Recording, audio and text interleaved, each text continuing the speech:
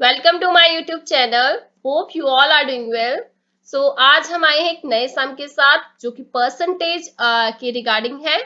So previous lesson में हमने सीखा कि परसेंटेज के रिगार्डिंग इंक्रीज परसेंटेज और डिक्रीज परसेंटेज में क्या डिफरेंस था और कैसे हम उसको सॉल्व करते हैं। क्लियर? सो उसको हम और भी अदर नेम्स भी देते हैं, लाइक परसेंटेज मोर परसेंटेज निकालना, लेस परसेंटेज, ऐसे कुछ नाम भी होते हैं। क्लियर?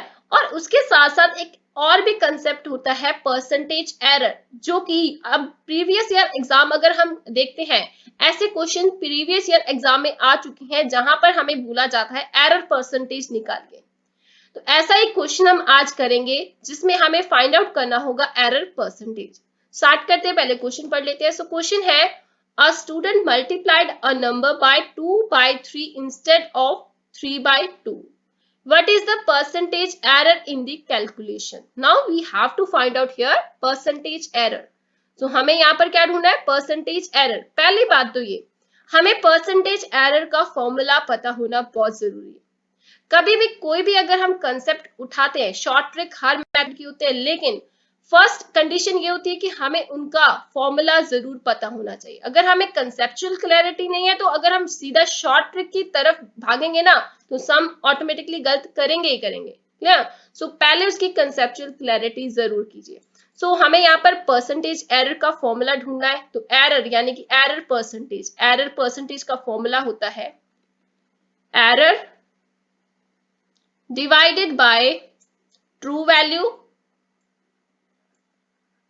multiply by 100। इसी तरीके से अगर हमें यहाँ पर एरर ढूंढना है, क्योंकि यहाँ पर ऊपर क्या है? एरर है। तो एरर ढूंढने के लिए हम क्या करते हैं? हम यहाँ पर क्या करते हैं, जो हमारे पास करेक्ट वैल्यू होती है यानी कि ट्रू वैल्यू से हम क्या कर देते हैं? जो रॉन्ग वैल्यू होती है उसको माइनस कर देते हैं। तो हमें हमारा जो एरर किया गया होता है वो पता चल जाता है। सो एरर को यहाँ पर पुट करके हम ट्रू वैल्यू से डिवाइड करके मल्टीप्लाई 100 कर देते हैं। सो अगर हम ध्यान से देखें, जैसे हमने प्रीवियस लेसन में सीखा था कि परसेंटेज इंक्रीज निकालना है या डिक्रीज निकालना है, तो उसमें हम यूज करते हैं हमेशा डिनोमिनेटर में नीचे ओरिजिनल वैल्यू। क्लियर? उसी तरीके से ये ओरिजिनल वैल्यू यहाँ पर क्या है? ट्रू वैल्यू ही है ना। सो हमेशा याद रखिए कि जो सही वैल्यू है, ट्रू वैल्यू है, जिसके कंसेप्ट पर, जिसके बिहाफ पर हमें चेंज बताया गया कि क्या चेंज आया, हमें हमेशा उसे नीचे रखना होता है। क्लियर? सो स्टार्ट करते हैं अब क्वेश्चन को। तो देखिए अब यहाँ पर बोला क्या गया, एक स्टूडेंट ने मल्टीप्लाई कर दिया एक नंबर से। अब यहाँ पर हमें नंबर भी नहीं given.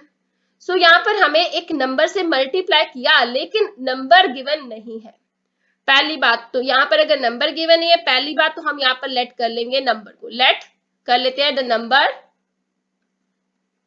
Late the number be x। तो यहाँ पर मैंने नंबर को x लेट कर लिया। क्लियर? सो x कर सकते हैं, 100 कर सकते हैं, कुछ भी कर सकते हैं। अगर आपको x से प्रॉब्लम है कि x की मुझे कैलकुलेशन में डिफिकल्टी लगती है तो आप 100 भी कर सकते हो, कोई प्रॉब्लम नहीं है। क्लियर? जैसे भी कैलकुलेशन इजी लगती है आप उसी तरीके से कर सकते हो। सो बाय 2/3, अब उसने मल्टीप्लाई किससे कर दिया? 2/3 से कर दिया। अब x को, एक नंबर को उसने मल्टीप्लाई किससे कर दिया? 2/3 से कर दिया इंस्टेड ऑफ 3/2। करना किससे चाहिए था? 3/2 से, लेकिन कर किससे दिया? 2/3 से। सो यहाँ पर अगर हम देखें गलती क्या है? 2/3 मतलब ये क्या है? रॉन्ग वैल्यू है। ये हमारे पास क्या है? ये रॉन्ग वैल्यू है। अगर हम देखें करेक्ट वैल्यू, वो क्या है? ये है करेक्ट वैल्यू, मतलब कि ये क्या है? हमारे ट्रू वैल्यू है। सो करना किससे चाहिए था? 3/2 से मल्टीप्लाई करना चाहिए था। कर किससे दिया? 2/3 से कर दिया, जो कि रॉन्ग वैल्यू है। सो पहली बात, यहाँ पर हम रिजल्ट विद एरर निकालेंगे और यहाँ पर करेक्ट रिजल्ट निकालेंगे। तो हमारे पास चीजें आनी चाहिए। पहले तो मल्टीप्लाई करके देखेंगे कि करेक्ट रिजल्ट क्या बनता है, और फिर हम देखेंगे जिसे हम बोलेंगे ट्रू वैल्यू। करेक्ट रिजल्ट को हम बोलेंगे क्या? True value. तो पहले हम ट्रू वैल्यू निकालते हैं। सो ट्रू वैल्यू निकालने के लिए क्या किया उसने? मल्टीप्लाई करना था ना, उसने मल्टीप्लाई करना था एक नंबर को। नंबर क्या है? यहाँ पर x है। x को मल्टीप्लाई किससे करना था? 3/2 से, करेक्ट वैल्यू से। तो 3/2 से करना था, लेकिन कर गलत से दिया। तो यहाँ पर हमारे पास आ जाएगा ट्रू वैल्यू, यानी कि रिजल्ट हमारा ट्रू रिजल्ट आ जाएगा 3x/2। तो ये आ जाएगा। और कर किससे दिया? जो हमारा रॉन्ग रिजल्ट है, रॉन्ग वैल्यू है, हम वो देखते हैं। सो रॉन्ग रॉन्ग वैल्यू यहाँ पर क्या आ जाएगी, x को जो एक नंबर है उसको मल्टीप्लाई किससे कर दिया, 2/3 से। तो यहाँ पर रिजल्ट क्या आ जाएगा, रॉन्ग वैल्यू से 2x/3। क्लियर। तो इस वैल्यू से यहाँ पर रिजल्ट ये आ गया, ट्रू वैल्यू से ये आया, रॉन्ग वैल्यू से ये आया। तो अब निकालना क्या है, पहले हमें एरर निकालना है। क्लियर। तो एरर निकालने के लिए ट्रू वैल्यू क्या है हमारी, 3x/2। तो इसको हम 3x/2 को माइनस कर देते हैं, किससे, इससे। ट्रू वैल्यू को हम रॉन्ग वैल्यू से माइनस कर देते हैं। क्लियर। ट्रू वैल्यू से रॉन्ग वैल्यू को माइनस कर देते हैं। रॉन्ग वैल्यू यहाँ पर क्या है, 2x/3। सो यहाँ पर क्या करेंगे, एलसीएम ले लेंगे 2 into 3, क्योंकि दोनों में कॉमन एक भी टेबल में नहीं जाते हैं। सो 2 into 3 करेंगे तो 6 आ जाएगा। कभी भी अगर देखें ना, डिनोमिनेटर में अगर कोई नंबर है, उन दोनों में कॉमन कोई एक टेबल भी नहीं है, एक भी चीज नहीं है, तो सीधा उनको मल्टीप्लाई करके आप एलसीएम निकाल सकते हैं। क्लियर। सो 6 डिवाइडेड बाय 2 किया तो हमारे पास 3 आता है, 3 into 3 9, so 9x minus 6 divided by 3 2 into 2 4, so 4x. So 9x minus 4x will become here 5x/6. So अब हमारे पास एरर की वैल्यू आ गई। So एरर की वैल्यू आते ही हम यहाँ पर ये फॉर्मूला लगा सकते हैं सीधा। क्लियर। सो एरर परसेंटेज हम इजिली निकाल सकते हैं। अब एरर परसेंटेज निकाल लेते हैं।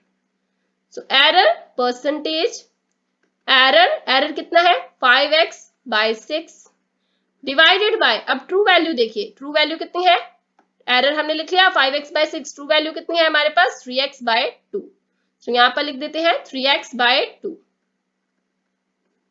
मल्टीप्लाई बाय 100, क्योंकि परसेंटेज निकालनी है। जब भी परसेंटेज निकालनी होती है तो मल्टीप्लाई बाय 100 जरूर करना है।